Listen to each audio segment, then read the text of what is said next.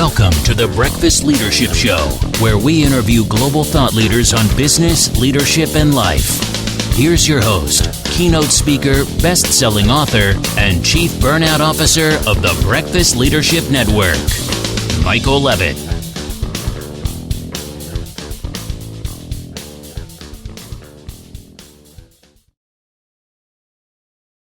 Welcome back. I've got Kyle Livingston on the line. Kyle, how are you? Good, Michael. Thanks for having me. How's things going on your end? Things are going great. Time's flying. You go, and where in the heck did summer go? And it's like literally fall season hits, and not only is a certain coffee shop selling a certain flavor of spice latte, but the temperature seems to be coinciding with that already. I'm like, wait a minute, we should phase into this. But enough about the weather. Why don't you share a little bit about yourself, and then we'll dive into the conversation. Yeah, man, absolutely. So, again, my name is Kyle Livingston. Today, I am a fractional COO. And so today I go into multiple companies, typically online companies doing six figures a year or more. And I really take over as second in command. My team and I, we go in and take over in second in command. And that's what I do today. And that there's been, a long entrepreneurial journey that got me to where I'm at today.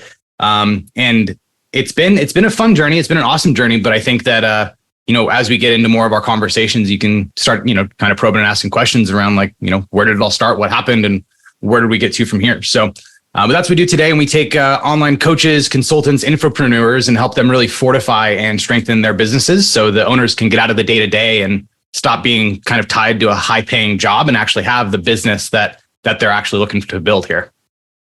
That's important. I find a lot of entrepreneurs and intrapreneurs and what solopreneurs, everypreneur out there, sometimes they'll have a product or service that's really good and they're the brains behind it, but then they're also taking out the trash too and mopping the floors. And I find a lot of them have a really difficult time separating themselves from that so they can focus on what only they can do. So it sounds like your organization does a lot of help around that arena to help them really shine in their sweet spot. Yeah, absolutely. So let's talk about your journey. Let's talk about, because being a fractional COO, that's not something that I remember in college or even in high school was a job description. So what got you to this point? Because I know you've done a lot of things and launched businesses and have been successful. And I want to talk about the not so successful, although I'm a big fan of lessons learned because I think that makes your success stronger. But share a little bit about the journey. I really want to hear about that. Yeah, absolutely. So I've always kind of been an entrepreneur to some degree. Early on, like as a kid, I was, between 12 and 13 years old. I wanted to make enough money to go to a church camp that summer. And we just didn't have the money. I grew up very poor, just didn't have the money to go. And it kind of led me down the path of entrepreneurship, right? I'd go start knocking on people's doors in the neighborhood. I guess it led me into sales more than entrepreneurship. Started knocking on people's doors in the neighborhood, seeing if I can mow their lawns, wash their cars, etc. And what really flipped the switch for me was after I got back from church camp, made enough money. I'm sitting in my bedroom one weekend counting the money that I'd made from Friday, Saturday's worth of work in our neighborhood. And I'm sitting on my waterbed and I'm counting my $100 my money, and my mom walks in and she goes, "Oh, I see you're counting your money you've been saving up for a couple months." And I'm like, "No, this is what I made from Friday." And she's like, "You've literally made more money than Dad did today." And I was 15 years old going, wow, like this system that I'm going into with school and education and going to get a job and kind of follow my dad's footsteps, that's not going to serve me well because I have these big goals, these big aspirations, even as a young type. So that kind of opened up my eyes to the entrepreneurial world. Is like, okay, I got to figure something else out here. And shortly after graduating high school, I started my first business, and it was in the telecommunications, construction, commercial construction business. I had been working in that industry for a few years, and right out of the gate became, fairly successul, especially for being a 20-year-old kid. I was fairly successful, grew the company up, sold it just a little over a year later. And the next business that I had gotten into was also a commercial construction business, but it was through a partner. This gentleman called me and says, "Hey, I heard you're pretty good at this particular type of industry. I am bleeding between $40,000 and $60,000 of cash per month. Can you come in and help me out?" And at the time, I wasn't interested. I was going to go travel. I was going to go take some of my money from the first business and go enjoy my time and to go do some traveling and et cetera. And Mike, this guy's name, his name was Mike. We called him Breezer.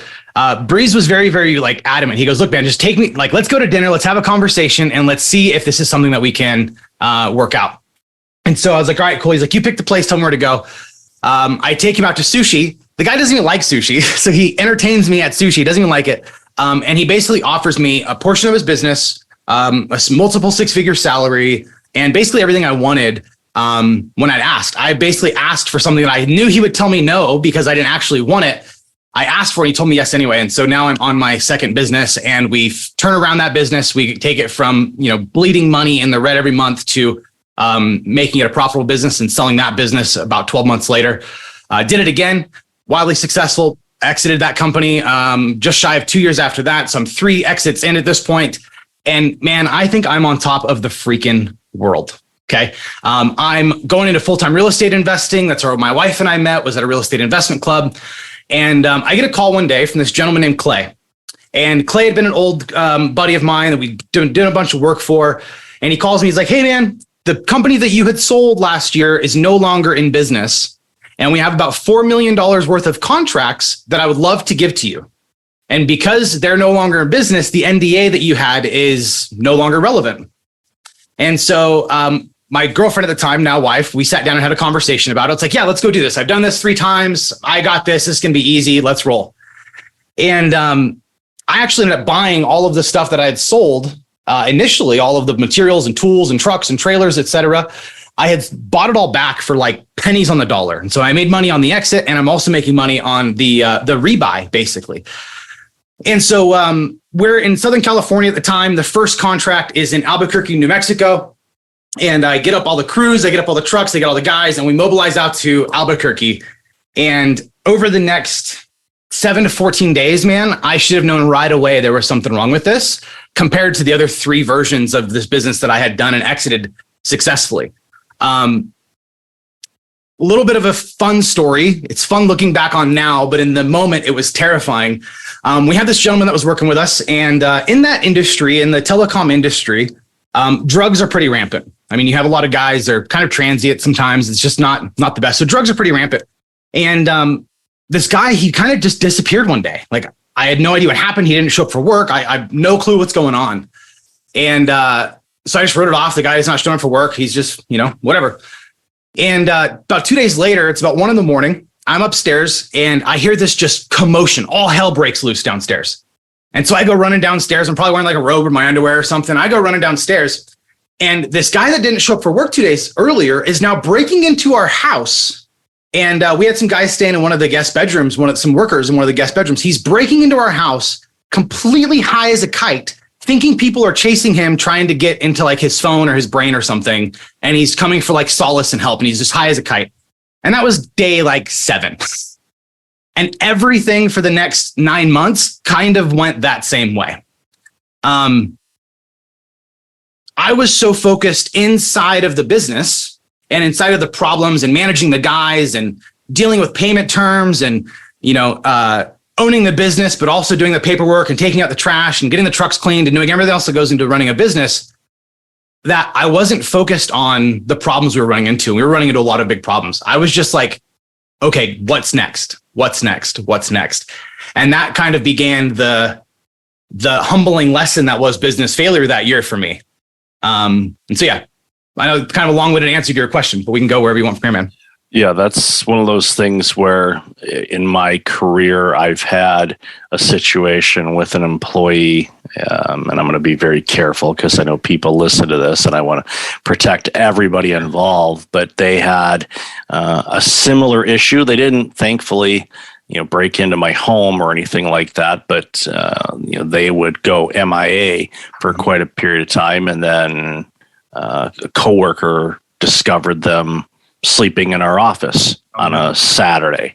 And it was like, okay, this is a little out of the ordinary type of thing. So, that's one of those things where you're like, okay, we know that, drugs can do some crazy things for people and to people, and that's there. But then just, that on top of all the other things that you encountered for several months, you're thinking, wait a minute, how come I've never, and this is a question I should ask you at first, is because of your successes that you had before, I'm sure when you were going through these 9 months of what in the world's going on, I'm sure there was a thought that crossed my mind. It's like, how come I never encountered this before in the previous things? Why were those so, I don't want to say easy, but just they flowed through without any issues? I'm sure you had that question.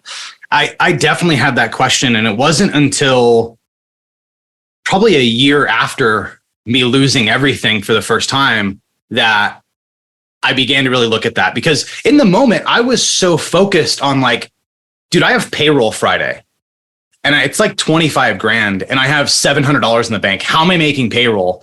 And the conversations I was having internally at the time were more like, how do I solve the acute problem? And I literally couldn't get past that acute problem. Like Friday payroll happens, like, we made payroll, we could breathe. And then Monday was a new set of problems. And so I might get 24-hour break between figuring out payroll and like moving on to the next set of problems. And to be honest, I just wanted to chill. Like I was so stressed out trying to solve that Friday payroll problem that on Saturday and Sunday, I just wanted to go have a couple of drinks and relax. And I wasn't really focused. And so part of it was the person that I was at the time. But a lot of it was I just wasn't in the mindset of really trying to solve the real problems that I was running into. Looking back, though, to answer your question, and looking back, I had sacrificed quality of the people that I surrounded myself with for, I had traded, I didn't sacrifice, I had traded the quality of people that I had around me because I thought I was the shit. I thought I was the man. I thought I had everything under control. I thought nothing could take me out. And I wasn't focused on hiring quality people. I wasn't focused on getting quality contracts. I was like, give me a warm body. I'll figure it out. I'm the man. We'll make this happen. So looking back, I didn't focus on the top 10% of employees was one of my big problems. But I would say the number one attribution here was simply, I just wasn't focused on actually trying to solve problems that mattered to the business. I was just too focused on trying to solve like in the weeds next acute problem. So after losing everything and you were reflecting back on everything that had transpired, what were some things that, obviously you mentioned a couple of them right there, where you focused on, okay, I need to be in the top 10% type of thing. But what were some additional pitfalls that you may have encountered after you had lost everything and started to rebuild? Yeah, I think that one of the things is actually controlling the controllable. And I know this is such like a cheesy metaphor, right? But like there's so many things out there that we can control that we don't. And in the business at the time, there were a lot of things that I could have controlled, but didn't. And I was so focused on controlling the immediate, I wasn't focused on controlling all of the controllable. And to be honest, I was also trying to control a lot of things that weren't controllable. And so looking back on it, it was like figuring out and diagnosing the actual problem and not diagnosing what I felt like the problem was. I think that was a big key distinguishing thing for me after the fact was like, if I'd have just focused on like what the problems were, right? If I'd have focused on actual leadership to the team, if I'd have focused on, getting people rallying behind the same goals that I had, if I would have done the things that go into actually running a successful business, instead of just doing the day-to-day and being what I refer to as a technician, like I was way more of a technician in my business than I was an integrator or even an operator or a visionary or whatever you want to call that role. I was way more of a technician. And I couldn't step out of that technician role this time to actually focus on growing the business. It's a common problem that a lot of people that grow into a business, let's say they're really good at what they do. They're a technician. We'll use that term. And then they get promoted to manager. And even in a managerial role, sometimes you still get your hands dirty. You're still working on some things. But then when you are running a division or you're running an organization, even the small companies, there's this tendency where it's like, well, I got to keep my hands in it so I keep fresh. And what happens is you're robbing yourself of the ability to grow the business, expand it. And you're also, going back to your comment earlier, if you're not hiring the top 10%, then you may not have people that you can trust to do the things and be on the same page for the growth. Because ultimately, as a leader, you're to lead. You let them drive the bus. You're leading, you kind of point and say, go over there. And of course, with the strong leaderships, if they see something where it could be a potential problem, they'll warn you and you'll go, okay, maybe we shouldn't go over there. Maybe you should pivot over to this way. It's a lot easier to turn a vehicle when it's moving. And if you're stagnant and you're staying stuck, then you can't. And I think these are all important lessons that I'm sure a lot of listeners right now are kind of nodding their head if they've been through it, or they're starting to reflect on, wait a minute, that one situation that I've been trying to sweep under the rug. A lot of people are tripping over that lump right now because it's something you have to address, and sometimes that's scary to do, especially if it's an unknown type of situation. Yeah, absolutely. And it is, right? You have those things in your business. And what I've found is a lot of business owners that I work with, that lump under the carpet you're talking about, they typically sweep it under there because they don't know what they don't know. And it's like, I know this is a problem, but I don't know how to solve it. And the last time I hired a who to solve this problem, they left me with the mess. And so here I am with the mess and sweeping. And I see that all the time.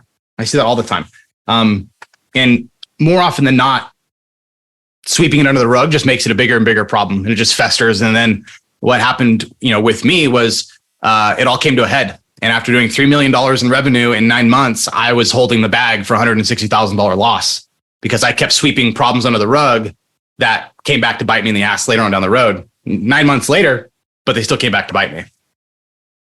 Yeah, and that fear of how am I going to cover payroll is a huge one. I've worked for an organization that had that issue from time to time. And that was an uneasy feeling, not only for me as an employee, because I was akin to the information and knew what the challenges were, but from an ownership standpoint, it's like one, and I tell this, in the talks I do about burnout prevention and stress and all of that, is financial stress, in my opinion, some people may disagree, but I think financial stress is probably the worst one. And the reason being is, as much as we hate paying bills, we actually do enjoy the fact that we have the ability to do so. And when we lose that ability, and when it comes to payroll, you're impacting the lives of everybody that you pay. And that has such a ripple effect on it. And you're going, oh, but I always say, if you don't pay people, that's when you get to see the true self of them. No, they're not cookie cutter, blowing sunshine up the boss's bum. No, they who they are right there and then. And when you impact their livelihood, and that's something I always encourage our entrepreneurs. It's like, make sure you have some elbow room, because if you don't, then you could be in the situation that you unfortunately had faced. Well, and it like you said, it shows you who they are, and I'm never one to mess with anybody's money. And this was when I learned this lesson. I had 6 guys on this particular project out in Texas. And the way that we structured it, we had a big house and the guys would live in the house and I'd have my own room in the house. It was just cheaper than putting them all in hotels. And so I came up to some of the guys. I'm like, look, guys, it was Thursday. I said, hey guys, look, I'm not going to be able to pay you tomorrow. I'll have your full paycheck for you on Monday. This was another challenge we were facing, right? Hitting payroll was just a problem from day one for us. And so I said, hey, listen, I can't pay you Friday. I will have a check for you Monday, just the way that everything happened to the transfers, et cetera, et cetera. I was just too late. And I told everybody, here's a few $100 to get through the weekend. They all smoke cigarettes and drink beer. I said, I'll buy you as many cigarettes as you can smoke, as much beer as you can drink. You guys get Monday off. You get tomorrow off as well. You get a 4-day weekend. Here's a few $100. Enjoy the weekend. And so Monday rolls around. I pay the guys and I give them Tuesday off. I said, hey guys, listen, I'm going to give you guys tomorrow off as well. Thanks for being flexible. I appreciate it. And these 3 guys, they were friends and they all come from Florida together. And they said, hey boss, we're in Texas. They're like, hey, we're going to go down to the beach on Tuesday morning. We're going to leave pretty early so we can get some time at the beach. And, just expect us to be gone when you wake up. So, all right, cool. And so, and here's a little side note about like red flags and paying attention to the red flags. Well, that Monday night, I had walked out of my bedroom and I had noticed one of the guys carrying a suitcase up the stairs. I didn't think anything about it. I thought maybe he's just repacking his room or whatever. Didn't think anything of it. Tuesday night, haven't heard anything from the guys all day long. Tried to get a hold of them, can't get a hold of them, nothing. I get a picture of my truck and GPS coordinates. And these guys had stolen my truck, drove it from Texas all the way to Daytona Beach, Florida, left it in Daytona Beach with the doors open and the keys in the center console because I didn't pay him for 72 hours. Wow. Yeah. Well, at least you had, satellite photos and all that to be able to say, here's where your sled is. Yep. That's one of the positives of that technology is, you can find it if somebody boosts it. But so here you are. Okay, I got to get my truck back. Here I am in Texas. I got to get to Daytona Beach. Money's probably not easily flowing at this point. So buying a one-way ticket from Texas to Daytona Beach is in the last second is not going to be good. So how did you get your truck back? So I had called the cops. I went to go report it stolen. Well, because they had access to the keys, it's not actually stolen. And so I'm sitting here like there's literally nothing I can do. I finally, it's Wednesday, midday at this point, finally get a hold of one of the guys that had driven the truck. And I'm having a conversation with him, tells me why he took it. He got peer pressured into it. And I had convinced him to actually drive it back and I would give him his position back at the company. And so I paid him to drive it back. He ended up quitting like a week later anyway, but I thankfully had gotten my truck back. It had been a little destroyed and damaged from the guys taking it out and just not really caring about it. But at the end of the day, we had gotten the truck back. But the lesson of that story for me was like, you never know what something small to you is going to do to your employees. To me, it wasn't a big deal. Hey, I'll pay you guys on Monday. Here's all the money you need between now and then, right? Can't give you your full paycheck, but I can give you a third of it plus food, plus per diem, et cetera. To me, it was a small thing. But to the guys, it was everything. And it was worth literally stealing a truck and driving cross country to get out of that environment. And so if you're an owner of a business listening to this right now, understand that your actions, especially when it comes to your employees' money or even your contractors' money, your actions, even if you think it's small, may be a really big deal to somebody else. And never to really proceed to do something without really having conversations with the team, with the people to make sure that everybody's on that same page. Yeah, that's a very important lesson to share. So fast forward from getting your truck back and having that person leave, how did you get from there to where you are today? What are some of the steps along the way? So after we closed that business down, my wife and I decided that, this isn't something we wanted to do. Our lifestyle was attached to our business and we didn't have our business attached to our lifestyle. And that was something that her and I both wanted. We both wanted to be able to live wherever we wanted, travel where we wanted, and not be stuck to, a particular place. And so we went and bought a 36-foot RV, completely gutted it. I remodeled it over the next 90 days, just kind of getting out of, work mode, kind of de-stressing. And we traveled around the US trying to figure out, one, where we wanted to live, but two, what we wanted to do next.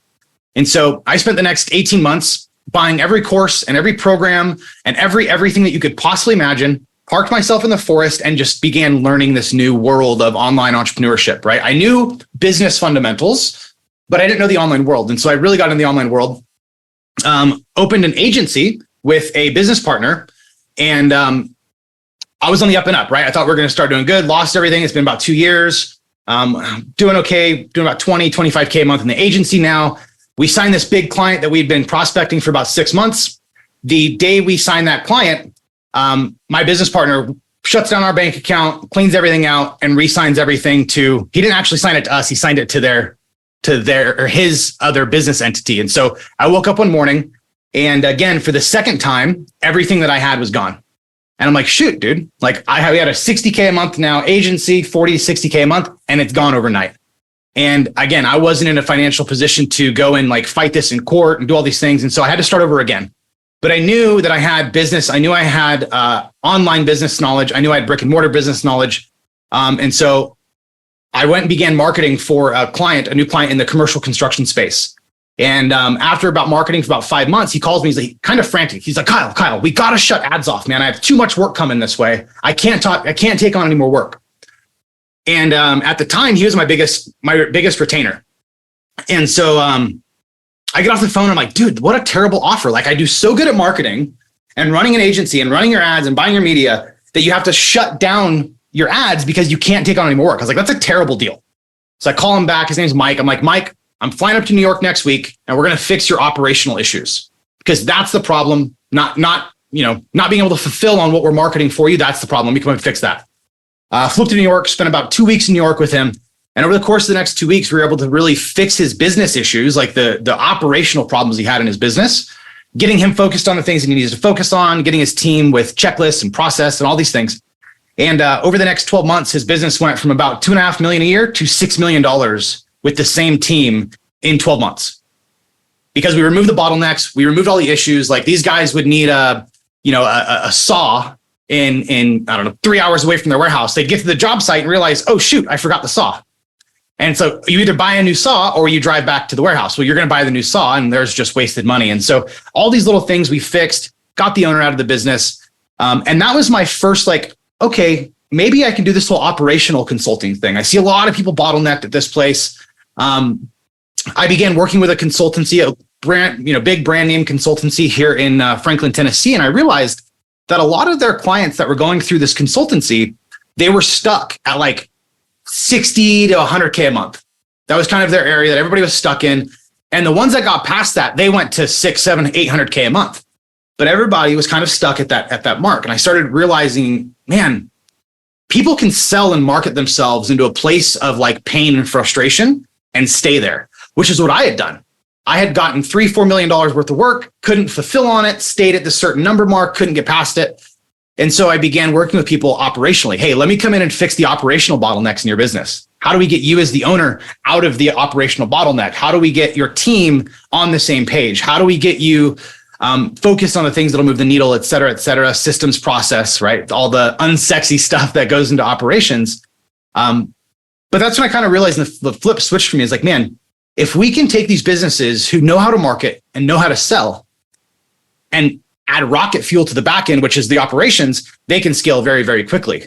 And, every one of my biggest success stories to date was we took one client, they were doing about 60K a month in profit.